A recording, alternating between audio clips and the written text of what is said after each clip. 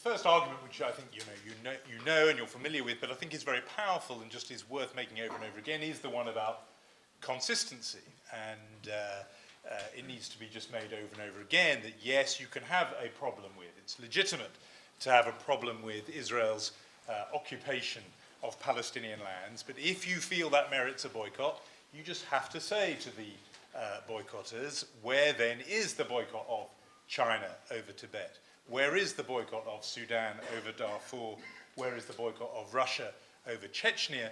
And in my experience, the argument that particularly gets pro-boycotters riled and rattled, if occupation is the problem, and we don't like occupations, then you may have noticed that the United States is currently occupying Iraq and Afghanistan, so we should boycott those American universities with their potentially lucrative fellowships and contracts as well. And while we're at it, just to get a bit closer to home, Britain itself is an occupier in Iraq and Afghanistan, and yet we do not hear the UCU debating motions to boycott itself and to refuse to go to its own conferences, to refuse to review its own papers, because to do so would be to consort with people whose government is an occupier. So if this argument holds, it should hold across the board. And I haven't yet to hear a good answer. There is usually an attempt to say, well, it's length of time, in which case that's an interesting question. How many years exactly does it have to be? When the calendar passes, January, does that mean China has been in Tibet too long? Or do we have to wait till February for that moment to happen? When is too long? The trouble is, surely the test, and I know there's probably quite a few academics in this room, but I do enjoy saying this, for the geniuses of the UCU, the collective wisdom of Britain's academic community, surely the one test of a boycott should be at least that it works, that it actually does something effective. And this, of course, I think is hideously counterproductive. You don't need me to tell you that where is the peace community disproportionately represented, the peace camp in Israel? It is in, first, the academy among academics, and second, in the Israeli press. If you wanted to think of the two institutions who are most likely to be on the forces of good rather than bad in this conflict, most likely to be pushing for peace and fighting the occupation, you would find the academy and the Israeli press fairly high up the list.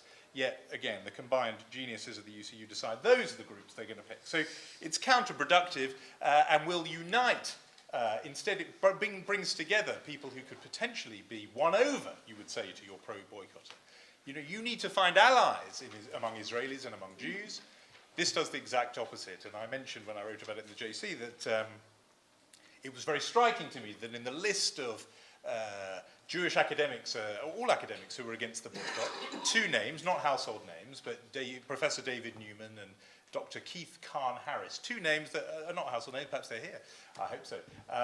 But the point about them was these are exactly the kind of people who ordinarily would have their names at the bottom of some manifesto denouncing the Israeli occupation, calling for change, and instead, because of this numbskulled move, they have been pushed over into what they would consider the sort of pro-Israel flag-waving camp. That is not good politics. That's not smart politics, you can say to your boycotter. If you want to get change, you do not do it by taking potential critics of Israel and pushing them into the defending Israel camp. And then, of course, the second huge counterproductivity of all the tactics to have picked, what is the tactic most likely to antagonize Jews, the one least likely to win Jews over to any campaign nominally, supposedly for Palestinian rights? Again, if you were random with a blindfold on, going through the list of political tactics, the one that was most inept would be the boycott. Because, of course, even the very word boycott grazes our psychological nerves, our memories, because of its very, very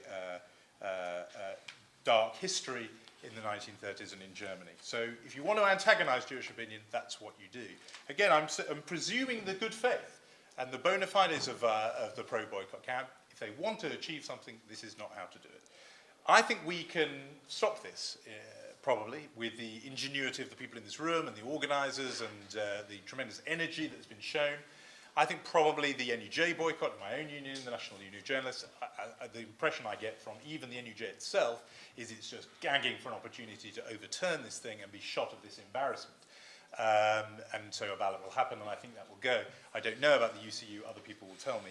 But I think those two, and probably the larger unions are going to be harder, but I think eventually these things can be overturned. But what are they part of?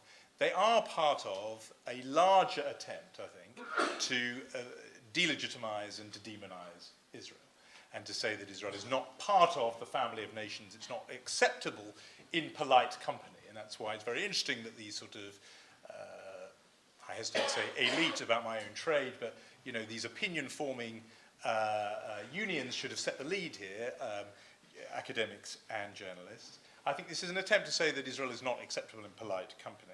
My worry is that we can put out that fire and we can put out that fire, but this blaze is still heating up. And it's a large problem that, just with very clever, sort of nimble, deft firefighting and the genius of Anthony Julius and Alan Dershowitz will help for a bit, but the furnace is still getting sort of hotter. That's how I feel about it. And that is because, again, it's not, some people will say, well, that's just because the world's getting more anti-Semitic. And, the Richard Littlejohn thesis, not words you often find in the same sentence, admittedly.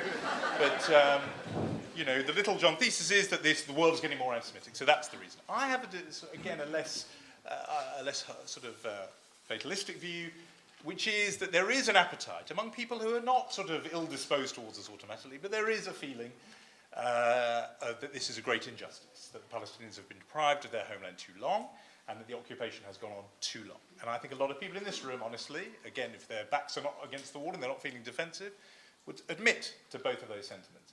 And I think a lot of people out there, the kind of middle opinion that listens to any questions on the radio and is in the audience for a question time, feel this is just wrong, and in the absence of feeling that anything else has happened, feel that, okay, well, maybe something does have to be done, and if maybe shunning Israel is what people are telling me is a good idea, maybe it's a good idea. And I do believe that long term, the only way we're really going to deal with that isn't by campaigns and petitions and putting out fires like this one, but is actually dealing with and changing that reality.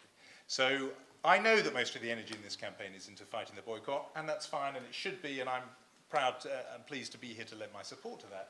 But I think long term, if we want this problem to go away, the reality itself is going to have to change, and there is going to have to be movement in the Israel-Palestine conflict, and there is ultimately going to have to be justice for the Palestinians in a state of their own. And we're just going to have to make sure that happens, because I believe very strongly the moment that does happen, again, besides being right, I think it's also just in this particular problem, the moment that does happen, the heat will go out of this issue. There will be a few crazies left who want to boycott Israel anyway, whatever new borders it's in, but they will be on the margins, and they will not get majorities at any of these trade unions. So what I would say is, kolakavod to everyone here to keep fighting this battle against the boycott, but a fraction of the energy, and I hope it would become larger than a fraction, eventually half and more, should also go into doing whatever we can outside Israel into changing that reality, so that then there won't even be this threat, and we won't have to waste our time dealing with this really unnecessary and, as I said, sort of wrong-headed, if not numbskull challenge to our rights. Many thanks.